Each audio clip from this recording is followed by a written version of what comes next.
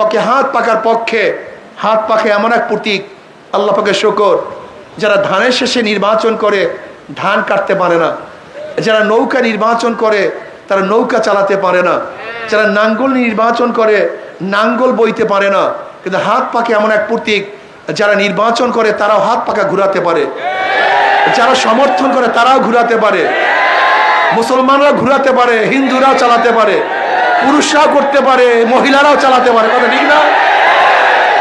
যে যে প্রতীক নিয়ে নির্বাচন করে সেই প্রতীক কেউ বিছানায় রাখে না, বুকের মধ্যে রাখে না, কিন্তু হাত পাখে এমন একটা প্রতীক যেটা ঘুমের সময় বুকের উপরে থাকে। এইটাই শান্তি, এইটাই মুক্তির পথ। আমি বিশ্বাস করি এই হাত পাকা শান্তির প্রতীক, মুক্তির প্রতীক। ইনশাআল্লাহ এই সামনে আমরা থাকবো।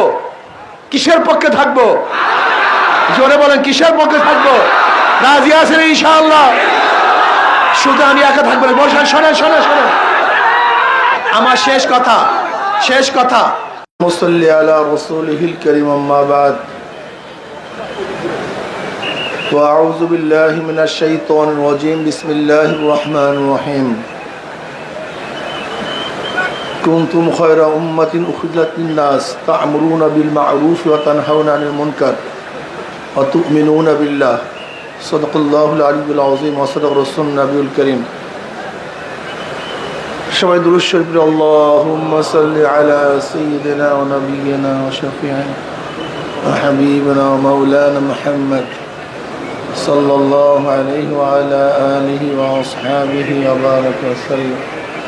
আল্লাহুম্মা সাল্লি আলা সাইয়্যিদিনা ওয়া নাবিয়িনা ওয়া শাফিঈনা ওয়া হাবিবিনা ওয়া মাওলানা মুহাম্মদ সাল্লাল্লাহু আলাইহি ওয়া আলা আলিহি ওয়া আসহাবিহি ওয়া বারাকা ওয়া সাল্লাম। اللهم صل على سيدنا ونبينا وحبيبنا ومولانا محمد صلى الله عليه وعلى آله وأصحابه وبارك وسلم. আল্লাহ পাকের শুকর যে মাওলাই কারীম আজকে গোটা দুনিয়ার মধ্যে আমাদের জানা মতে সর্বশ্রেষ্ঠ সর্ববৃহত্তম আজকে জুমার মসজিদ, জুমার নামাজে আপনাকে আমাকে আল্লাহ পাক আসার বসার এই জামাতের উদ্দেশ্যে এখানে বাড়ির থেকে রওনা করার তৌফিক দান করছেন। এর জন্য শুকরিয়া দান সবাই বলে আলহামদুলিল্লাহ। আজকে গোটা দুনিয়ার মধ্যে এই মাজলিস সবচেয়ে বৃহত্তম মুসলমানদের মাজলিস। গোটা দুনিয়ার মধ্যে এত মুসলমান একই জায়গায়, একই মাঠে, একই সাথে আছে বলে আমরা জানি না। এটা আমাদের ইতিহাসের সাক্ষী যে আমরা বৃহত্তম এক মুসলিম জামাতের সাথে জুমার নামাজ আদায়ের উদ্দেশ্যে একই সাথে বসছি। এইটাই মুসলমানদের শান মান। মুসলমানদের শান মানই হলো ঐক্যতা। আজকে আমরা একই সাথে একই ইমামের পিছনে একইভাবে নামাজ আদায় করব। ইমাম সাহেব যা করবেন আমরা তারই অনুকরণ করব। ব্যতিক্রম করব তো নামাজ হবে না। এইটি ইত্তেবার নিয়ম, ইত্তেবার জাজ্জল্যমান এক প্রমাণ শিক্ষা। ইত্তেবা হওয়া চাই, অনুকরণ করা চাই। যতদিন পর্যন্ত ইতাআত থাকবে, অনুসরণ থাকবে, ততদিন পর্যন্ত এই জামাত টিকে থাকবে। ইতাআত শুধু এই জামাতের সাথে সম্পৃক্ত না, গোটা পরিবারের সাথে। যেই পরিবারের মধ্যে আনুগত্যতা আছে সেই পরিবার ঠিক থাকে। যেই পরিবারের মধ্যে আনুগত্যতা থাকে না সেই পরিবার আর ঠিক থাকে, স্থির থাকে না। যেই প্রতিষ্ঠানের মধ্যে আনুগত্য আছে সেই প্রতিষ্ঠান ঠিক আছে, যেই প্রতিষ্ঠানের মধ্যে আনুগত্য নাই সেই প্রতিষ্ঠানও নাই। আজকেও আমাদের মধ্যে যে আনুগত্যতা থাকে, ইনশাআল্লাহ আমাদের এই জামাতও টিকে থাকবে, বাড়তে থাকবে। আতিউল্লাহ ওয়া আতিউর রাসূল ওয়া উলিল আমরি মিনকুম। আনুগত্যতা চাই। নিশ্চিত যারা এখানে আসছি এই নামাজের উদ্দেশ্যে সবাই মুসলমান, এতে কোনো সন্দেহ নেই। আমরা নিশ্চিত মুমিন, এতেও কোনো সন্দেহ নেই। নিজেদের ইমানের উপরে সন্দেহ রাখলে ইমান থাকে না। আমি মুমিন এই ব্যাপারে কোনো সন্দেহ আছে নাকি? নিজের ইমানের উপর সন্দেহ রাখলে ইমান থাকে না। যদি আমি মনে করি আল্লাহ কয়জন, এই ব্যাস, ইমান নেই। জান্নাত জাহান্নাম হবে কি হবে না, ইমান নেই। ফেরেশতা আছে কি নাই, ইমান নেই। আমার মিজান হিসাব বিকাশ হবে কি হবে না, যদি তারাদ্দুদের মধ্যে থাকেন, সন্দেহের মধ্যে থাকেন, মনে হয় আপনি ইমান নেই। ইমান তো ইয়াকিনের নাম, বিশ্বাসের নাম। যেখানে সন্দেহ আছে সেখানে বিশ্বাস নেই, যেখানে বিশ্বাস আছে সেখানে সন্দেহ নেই। যদি আপনি সন্দেহ করেন, সেখানে আপনার বিশ্বাস কোথায়? বিশ্বাস তো নেই। এর জন্য ইমানের ব্যাপারে খুব মারাত্মক সন্দেহ সঞ্চয় থাকতে পারবে না। আমি বিশ্বাস করি কোরআন আল্লাহ পাকের কিতাব, এর মধ্যে যাহা কিছু নাজেল হয়েছে সব আল্লাহর তরফ থেকে। এটা আমাদের জন্য বিধান, নিয়ম কানুন। হাদিস হলো ব্যাখ্যা। জনাব মুহাম্মদ রাসূলুল্লাহ সাল্লাল্লাহু আলাইহি ওয়াসাল্লাম ব্যাখ্যা দিয়েছেন এই আয়াতের উদ্দেশ্য কি, আয়াতের উদ্দেশ্য কি। এর জন্য আম্মা জান আয়েশা সিদ্দিকা রাদিয়াল্লাহু তাআলা আনহার কাছে প্রশ্ন করা হয়েছে যে নবী আলাইহিস সালাতু ওয়াস সালামের চরিত্র কি, আখলাক কি, আপনি বয়ান করেন।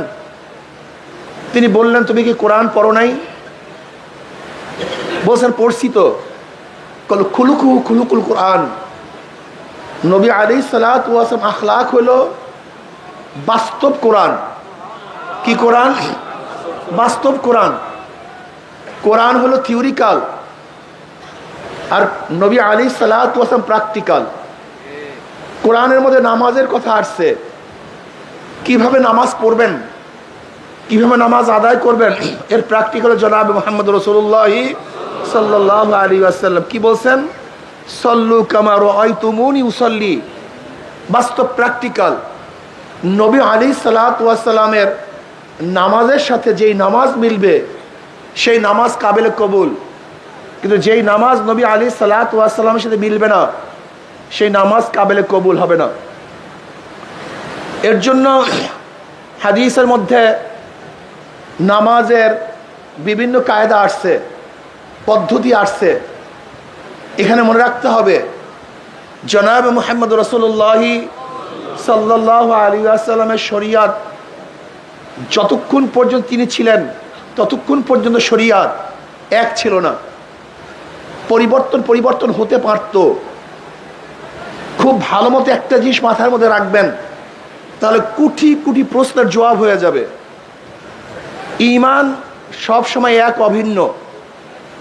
কোনো সময় কোনো নবীর কালে কোনো জমানাতে ঈমানের মধ্যে কোনো পার্থক্য ছিল না, না আসমানে না জমিনে। কারণ নবীর জমানায় বা কোনো সাহাবীদের জমানায় সবার ঈমান এক, অভিন্ন। নবী আদম আলাইহিস সালাতু ওয়াস ঈমান, আমার নবী আলাইহিস সালাতু ওয়াস ঈমান, সমস্ত ঈমানের মধ্যে কোনো পার্থক্য নেই। সবাই বিশ্বাস করছে আল্লাহ কয়জন? আদম বিশ্বাস করছে কয়জন? আমার নবী জান্নাত বিশ্বাস করছে কি করে নাই? আমার নবী জাহান্নাম বিশ্বাস করছে কি করে নাই? আমার নবী। দেখেন, ঈমানের ব্যাপারে কারোর কোনো পার্থক্য নেই, সবার ঈমান সমান। সমস্ত নবী, সমস্ত নবীর উম্মত, সমস্ত সাহাবী, সমস্ত মুমিন, হাত্তাকে কিয়ামত পর্যন্ত, আদম থেকে শুরু করে কিয়ামত পর্যন্ত যত মানুষ আসবে সমস্ত মানুষের ঈমান এক, অভিন্ন। কি কথা ঠিক না? কিন্তু সমস্ত নবীদের শরিয়াত এক ছিল না। সমস্ত নবীদের শরিয়াত, কানুন, পদ্ধতি এক ছিল না। যেরকম নবী আদম আলাইহিস সালাতু ওয়াস সালাম জমানায় ভাই বোনে বিবাহ জায়েজ ছিল, এখন কি জায়েজ? এখন জায়েজ নেই। ঈসা আলাইহিস সালাতু ওয়াস জমানায় সুগার খাওয়া জায়েজ ছিল, এখন কি জায়েজ? তার জমানায় মদ খাওয়া জায়েজ ছিল, এখন কি জায়েজ?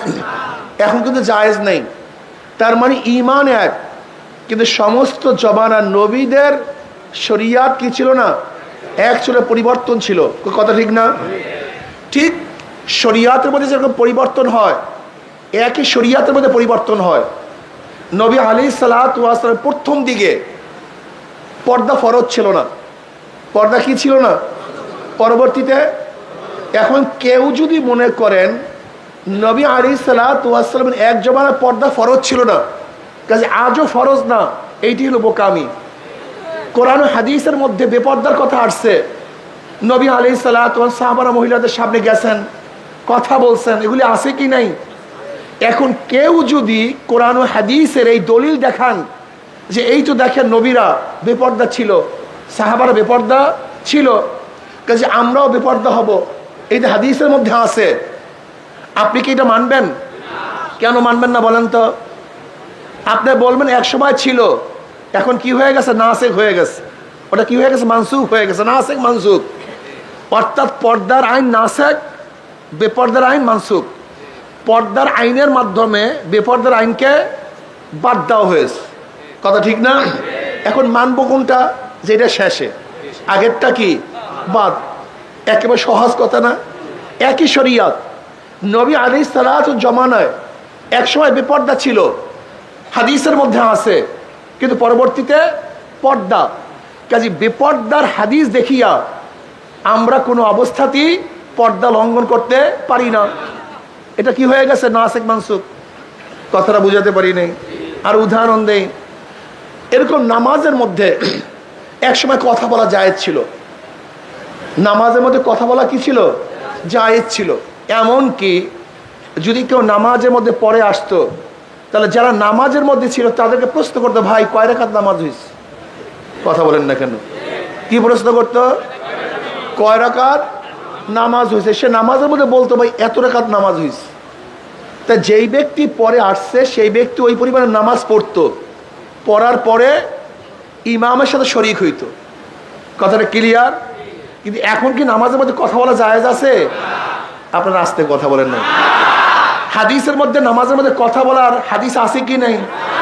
হ্যাঁ, এখন কেউ যদি বলে এই যে দেখি হাদিসের মধ্যে আছে নামাজের মধ্যে কথা বলছে, কাজে আমিও কথা বলবো, তখন আপনি কি বলবেন? হ্যাঁ, ছিল, এখন মাশাআল্লাহ। এটা সহজ কথা, ছিল, এখন কোনটা মানবো? পরেরটা, আগেরটা বাদ, পরেরটা নাসেখ, আগেরটা মানসুখ।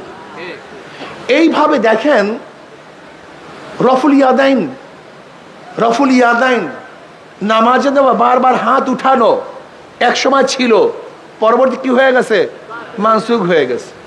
নামাজের মধ্যে কিছু জিনিস আছে যেগুলো তালিমের জন্য, যেমন আমিন বলা তালিমের জন্য। তালিমের জন্য যে মাসালা আসে সেটা তালিমই, সেটা কিন্তু হুকুম না। যাই হোক, এর জন্য ইখতিলাফটা আমাদের মধ্যে কোন জায়গায় হয়? যখন হাদিসের মধ্যে বিভিন্ন জায়গায় হাদিস দেখি এইটা জায়েজ, ওইটা জায়েজ, সেইটা জায়েজ, কিন্তু কোনটা নাসেখ, কোনটা মানসুখ, কোনটা আগে, কোনটা পরে, এর জন্য প্রয়োজন গভীর ইলমের। কিসের প্রয়োজন? এই গভীর ইলমের জন্য প্রয়োজন ইমামদের। এই যে আমরা ইমাম মানি, কেন মানি?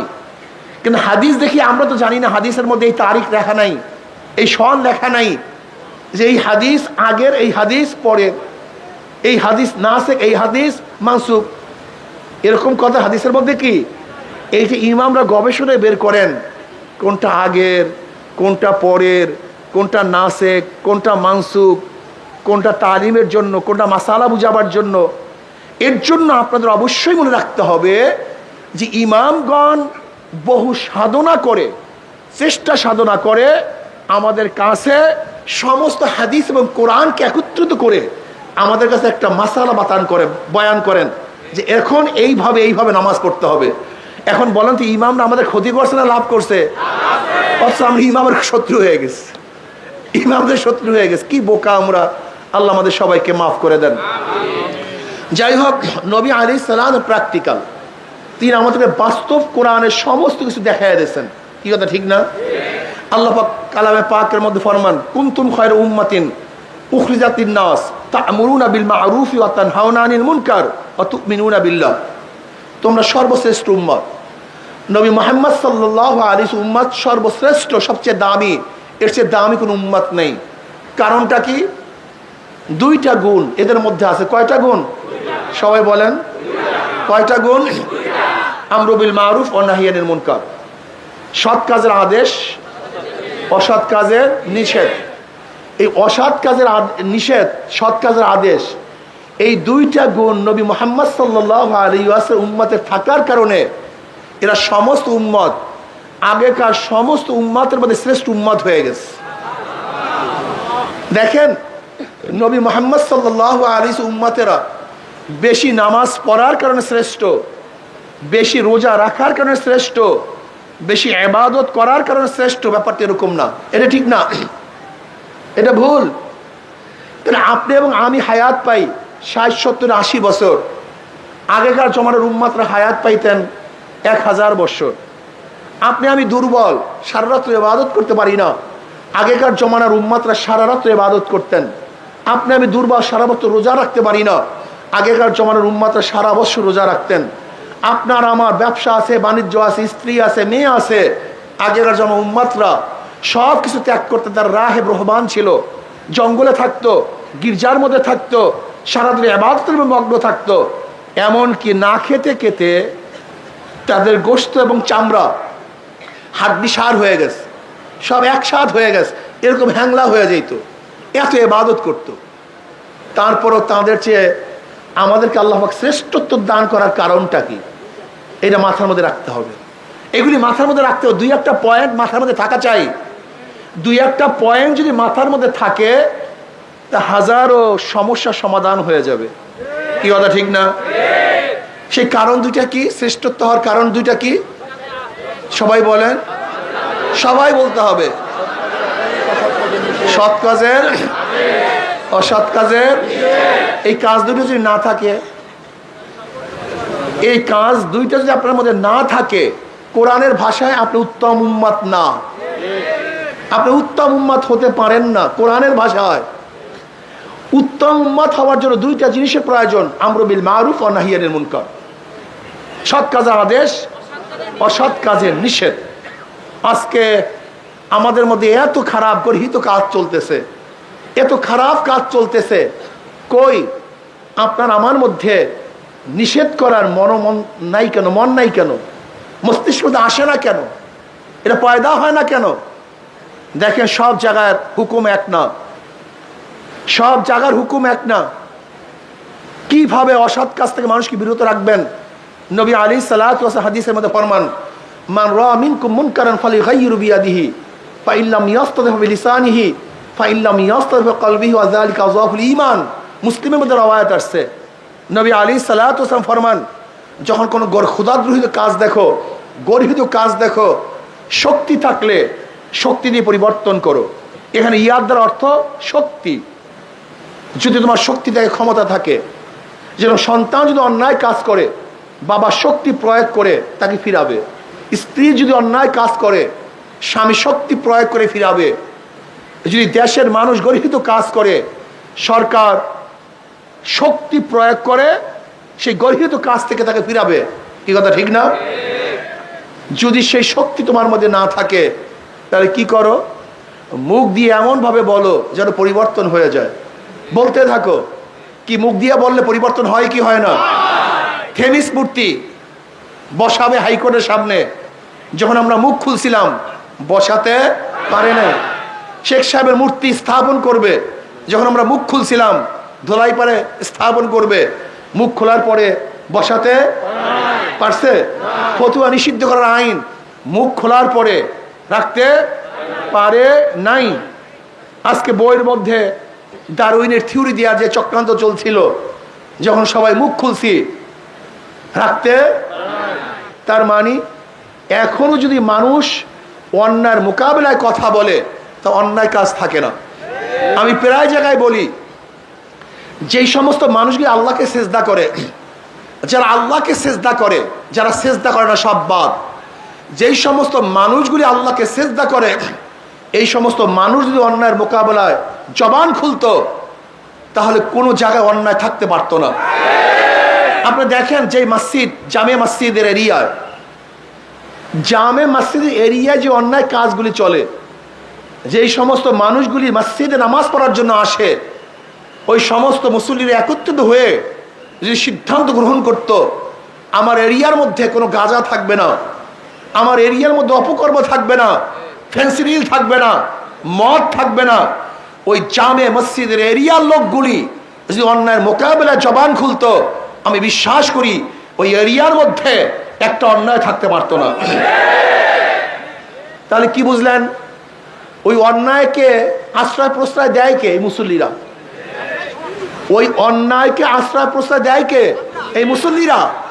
এই মুসল্লিরা জবান খুলে না, এই জন্য অন্যায় বাড়তে থাকে, অন্যায় চলতে থাকে। এর জন্য জবান খুলতে হবে, জবান খুলতে হবে। আমি বিশ্বাস করি আজকে বাংলাদেশের যত মানুষ আল্লাহকে সেজদা করে, যত মানুষ আল্লাহকে মানে, এই সমস্ত মানুষগুলি অন্যায়ের মোকাবেলায় জবান খুলতো, মুখ খুলতো, তাহলে বাংলাদেশে একটা অন্যায় থাকতে পারতো না। আজকে অন্যায় দূর হয়ে যেত। এর জন্য জবান খুলতে হবে। জবান খুলেন। লেসান সবচেয়ে দামি, এর চেয়ে দামি কোনো জিনিস নেই। একটা মানুষকে কথা বলতে বলতে দেখবেন মানুষটা খারাপ কাজ থেকে ফিরে আসবে ইনশাআল্লাহ। জবান খুলবেন। যদি তোমাদের সেই শক্তি না থাকে, জবান খোলা শক্তি না থাকে, তো নবী আলাইহিস সালাতু ওয়াস সালাম ফরমান, মনে মনে ঘৃণা নয়, পরিকল্পনা করো। কি করো?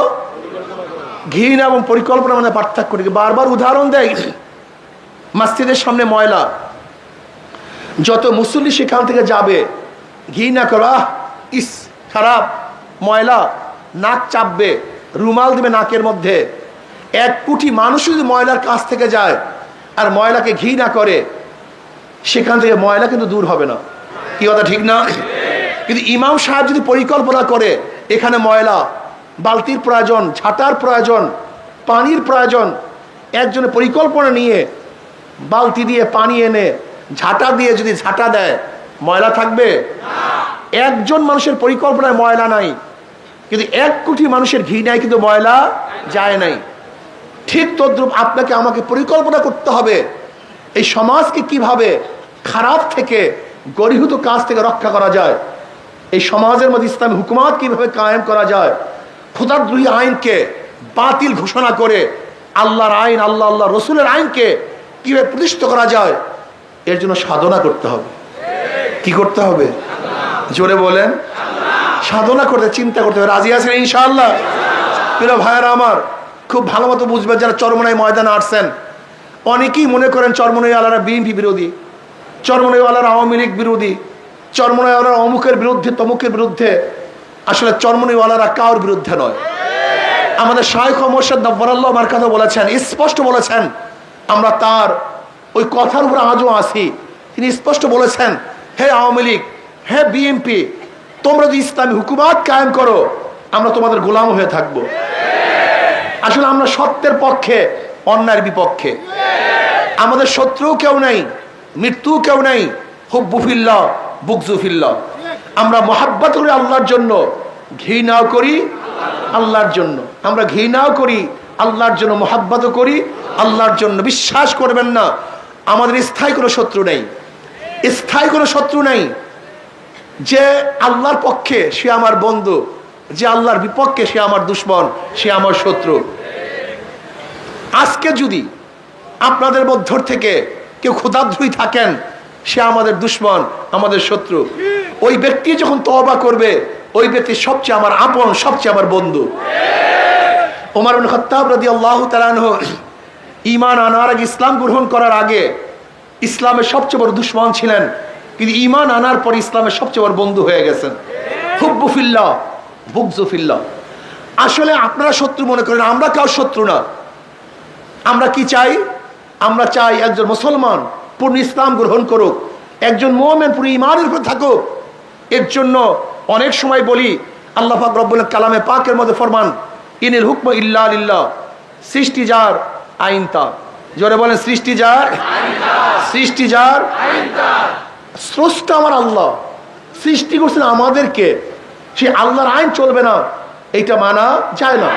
কিয়ামতের ময়দানে অনেক মুসল্লি দেখবে লক্ষ লক্ষ ব্যারেল মদের গুনাহ, লক্ষ লক্ষ ব্যারেল মদের গুনাহ, লক্ষ লক্ষ জিনার গুনাহ, লক্ষ লক্ষ চুরির গুনাহ, লক্ষ লক্ষ সুদের গুনাহ, লক্ষ লক্ষ ঘুষের গুনাহ। ওই মুসল্লি বলবে, আল্লাহ আমি কোনোদিন কোনো মেয়ের দিকেও তাকাই নাই, এত গুনাহ আসলো কোথার থেকে? আল্লাহ পাক কি বলবেন? আল্লাহ পাক বলবেন, দেখো খুব ভালো মতো বুঝো, আমি জানি তুমি মদ পান করো নাই, লেকিন যাদেরকে ভোট দিয়ে মদের আইন পাশ করছো, তোমার ভোট ব্যতীত মদের আইন পাশ করতে পারতো না, ওই সমস্ত গুনাহ তোমার আমলনামায় লিখে দিস। আপনি কি ভাবছেন আমাদের দেশে মদের আইন বৈধ? এই মদের আইন বৈধ কি করছে? সংসদ করছে। আর সংসদের সংসদ সদস্য কি পাঠাইছে? জোরে বলেন, এই জনগণ পাঠাইছে। খুব ভালো মতো বোঝার চেষ্টা করবেন। যেরকম ধরে নেন, আল্লাহ না করুক, এইটা একটা সংসদ ভবন, এই গোটা চরমোনাই ময়দানের সংসদ, এখানে সংসদ চলতেছে। আমি স্পিকার সাহেব বিল উত্থাপন করলাম। কি বিল উত্থাপন করলাম? যে আল্লাহ বলতে কেউ নাই। আপনারা কারা কারা মানেন আল্লাহ বলতে কেউ নাই? আপনারা কারা কারা মানেন? হাত তুলেন। যদি হাত তুলেন অবস্থাটা কি হবে? কথা বলেন না কেন? সবাই কথা বলেন। হাত তুললে ইমান। তাহলে হাত তোলাটা কি মনে করছেন? এই হাত তোলাটা কি মনে করছেন? ইমান থাকতেও পারে। জোরে বলেন না কেন? এই হাত তোলা যেমন তেমন বিষয় না, এটা মারাত্মক বিষয়। এখন ধরেন সংসদে আজকে উত্থাপন হয়েছে মদ জায়েজ, আল্লাহ পাক হারাম করেছেন, কিন্তু সংসদ কি উত্থাপন করছে মদ? কারা কারা রাজি? হাত তুলেন। যদি হাত তুলেন, আপনি আল্লাহর বিরুদ্ধে আইন পাশ করছেন। বুঝাতে পারিনি। তা আপনি কি ভাবছেন হাত তোলাটাকে? আপনি হাত তোলার কি ভাবছেন? হা বিজয় হয়েছে, হা বিজয় হয়েছে, হা বিজয় হয়েছে, মদের আইন পাশ হয়েছে, মদের আইন পাশ হয়েছে। মুসল্লিরা খুব ভালো মতো বুঝবেন, শত্রু মনে করবেন না, বন্ধু মনে করিয়েন। শত্রু মনে করে কিছু নাই। যখন সংসদের মধ্যে মদের আইন উপস্থাপন হয়েছে, মদের আইন উপস্থাপন হয়েছে, আর আপনি যখন হাত তুলছেন, তখন অবস্থাটা কি হয়েছে? মদের আইন পাশ হয়ে গেছে, মদের আইন জায়েজ হয়ে গেছে। এই মদের আইন যারা জায়েজ করছেন, যাদের ভোটের মাধ্যমে জায়েজ হয়েছে, কিয়ামতের ময়দানে সমস্ত মদের গুনাহ ওদের আমলনামায় লেখা হবে। এবার দেন ভোট, যা মনে চাই তাই করেন।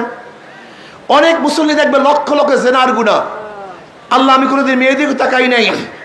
আল্লাহ বলবেন, যাদেরকে ভোট দিয়ে জেনার আইন পাশ করছো, সমস্ত গুনাহ তোর আমলনামায় কপাল পোড়া। দেখবে লক্ষ লক্ষ চুরির গুনাহ। আল্লাহ, আমি তো চুরি করি নাই, ডাকাতি করি নাই, ঘুষ খাই নাই।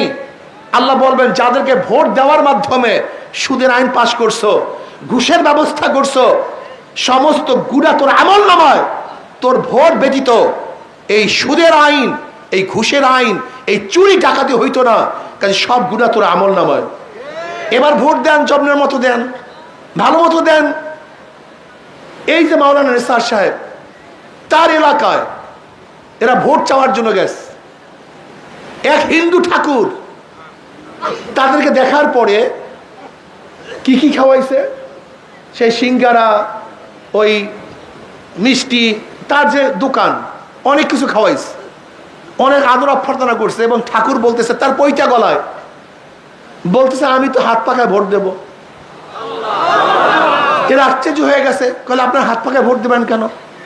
কলে, চরমনে হুজুরের বয়ান শুনতাম আমি। হুজুর বলছে তুমি যাকে ভোট দিছো, সে যে অন্যায় করবে তার দায় দায়িত্ব তোমার, এবং সে যে ন্যায় করবে তার সওয়াবের অংশী তোমার। কাজে আমি ভোট দিয়ে আমি যাকে নির্বাচিত করব, সে অন্যায় করবে, আর সেই দায়িত্ব আমাকে পালন করতে হবে, এরকম পাগল আমি না। এজন্য আজকে থেকে নিয়াত করছি, আমি আর কোনোদিন অন্যার পক্ষে যারা কাজ করে, যারা চোর ডাকাত যে দলের মধ্যে আছে, আমি তাদেরকে ভোট দেব না। আমি তখন থেকে নিয়াত করেছি, হাত পাকায় ভোট দেব। এই হিন্দু ঠাকুরের কথা আল্লাহর কসম করে বললাম, এই যে সাক্ষী এখানে আছে, একজন দুইজন, এরকম বহুত। এর জন্য আমি প্রিয় ভাইদেরকে বলবো, হে আমার বাবারা, হে মুসলমান সন্তানেরা, চরমনাইতে আসছেন, ভোট মারাত্মক এক বিষয়। ভোট মানে সাক্ষী, ভোট মানে সহযোগিতা করা, ভোট মানে সমর্থন করা, ভোট মানে সাহায্য করা। ধরে নেন উপরে চুরি করার জন্য যাবেন, কিছু যুবক চুরি করবে, আপনি খেয়া দেন। এখন খেয়ালাকে বলছে, ভাই আমরা চুরি করতে যাব, আর আপনার খেয়া ব্যতীত তো চুরি করতে পারবো না। এখন খেয়াল বলে আমি চরমরায় মরি, আমি তবলিগ করি, আমি মুসল্লি মানুষ, তোমরা চুরি করবা, তোমাদের ভাগের মধ্যে আমি নাই। কিন্তু যুবকরা যেহেতু ইচ্ছা করছো, আর আমার খেয়া ব্যতীত পারবা না, আসলে একটা ধাক্কা দিয়ে দিই। খেয়ালা যদি চোরদেরকে একটা ধাক্কা দিয়ে দেয় আর চোরের চুরির ভাগই না হয়, তাহলে খেয়ালার দোষ আছে কি নাই? কেন আছে বলেন তো, জোরে বলেন। ওই ধাক্কা ব্যতীত চুরি করতে, কাজী ওই ধাক্কা চুরির যে অপরাধ, ওই ধাক্কারও একই অপরাধ। আপনারা ভোটের ধাক্কা দিয়া, এই ভোটের সমর্থন করিয়া, ভোটের ধাক্কা দিয়া যারা সংসদে লোক পাঠাইয়া ইসলামের বিরুদ্ধে আইন পাশ করান, আপনার ধাক্কা ব্যতীত ইসলামের বিরুদ্ধে আইন পাশ করতে পারতো না। কাজে যারা ধাক্কা দিয়ে সংসদে লোক পাঠাইছেন, সমস্ত দায় দায়িত্ব তাদেরকেই বহন করতে হবে। কাজে আল্লাহ আমাদের সবাইকে এই খেয়াল রাখার, হুঁশ রাখার তৌফিক দান করেন। ইনশাআল্লাহ আগামী নির্বাচনে ইসলামের পক্ষে হাত পাকার পক্ষে, হাত পাখে এমন এক প্রতীক, আল্লাহ পাকের শুকর, যারা ধানের শেষে নির্বাচন করে ধান কাটতে পারে না, যারা নৌকা নির্বাচন করে তারা নৌকা চালাতে পারে না, যারা নাঙ্গল নির্বাচন করে নাঙ্গল বইতে পারে না, কিন্তু হাত পাকে এমন এক প্রতীক, যারা নির্বাচন করে তারাও হাত পাকা ঘুরাতে পারে, যারা সমর্থন করে তারাও ঘুরাতে পারে, মুসলমানরা ঘুরাতে পারে, হিন্দুরাও চালাতে পারে, পুরুষরাও করতে পারে, মহিলারাও চালাতে পারে, কথা ঠিক না? যে যে প্রতীক নিয়ে নির্বাচন করে সেই প্রতীক কেউ বিছানায় রাখে না, বুকের মধ্যে রাখে না, কিন্তু হাত পাখে এমন একটা প্রতীক যেটা ঘুমের সময় বুকের উপরে থাকে। এইটাই শান্তি, এইটাই মুক্তির পথ। আমি বিশ্বাস করি এই হাত পাকা শান্তির প্রতীক, মুক্তির প্রতীক। ইনশাআল্লাহ এই সামনে আমরা থাকবো। কিসের পক্ষে থাকবো? জোরে বলেন, কিসের পক্ষে থাকবো? রাজি আছেন ইনশাআল্লাহ? শুধু আমি একা থাকবো না, বলছেন শোনেন শোনেন শোনেন, আমার শেষ কথা, আপনি যাকে যত দাওয়াত দিয়ে দিনের পথে আনবেন, ওই ব্যক্তি যত নেকের কাজ করবে, আপনার আমল নাম ওই পরিমাণে নেক হয়ে যাবে। আজকের থেকে আমাকে এক পানের দোকানদার বলে, পানের দোকানদার, তাহলে হুজুর আমি 500 ভোট হাত পাকার পক্ষে কালেকশন করছি। আমি বললাম কিভাবে? হুজুর পান বিক্রি করি আর চা বিক্রি করি, মানুষ এখানে বসে চা খায়, আমিও ফাঁকে কাজ চালাইতে থাকি। আমি তাদেরকে বলি ভাই এই বাস 5 মিনিটের মধ্যে এই বয়ানগুলো যদি করিয়ে দেন, যে ভোটের ফায়দা কি, লস কি, লাভটা কি, উপকার কি, ক্ষতিটা কি, তোমার স্থায়ী তোমার ক্ষতিটা কি হবে যদি এই 5 মিনিটের মধ্যে বয়ানটা করিয়া দেন। যার মধ্যে সামান্য ঈমান আছে, সামান্য আল্লাহকে বিশ্বাস করে, কিয়ামতকে বিশ্বাস করে, যারা কিয়ামতকে বিশ্বাস করে কোনো অবস্থাতেই তারা কিন্তু এই বয়ান থেকে পিছনে যেতে পারে না। ইনশাআল্লাহ আজকের থেকে আমি একা না, এই জুমা মুবারকে হাজার হাজার লক্ষ লক্ষ মানুষের সামনে ইনশাআল্লাহ ওয়াদা করতে পারি না? ইনশাআল্লাহ কমপক্ষে আমি 100, 200, 500, 1000 যে পারেন ইনশাআল্লাহ হাত পাকায় ভোট জোগাতে পারবেন ইনশাআল্লাহ। কি আল্লাহকে দেখাবার জন্য রাজি আছেন সবাই ইনশাআল্লাহ? 2 হাত উঠাবো না 1 হাত উঠাবো? নারায়ে তাকবীর, নারায়ে তাকবীর, নারায়ে তাকবীর, নারায়ে তাকবীর। আমরা সবাই রাসূল সেনা, আমরা সবাই নবীর সেনা, আমরা সবাই রাসূল সেনা। কোরআন সুন্নাহর আলো ঘরে ঘরে জালো, নারায়ে তাকবীর। আল্লাহ আমাদের সবাইকে আল্লাহর জমিন, আল্লাহর হুকুমত কায়েম করার জন্য সর্বোচ্চ চেষ্টা করার তৌফিক দান করেন। ওমা আলাইনা ইল্লাল বালাগ।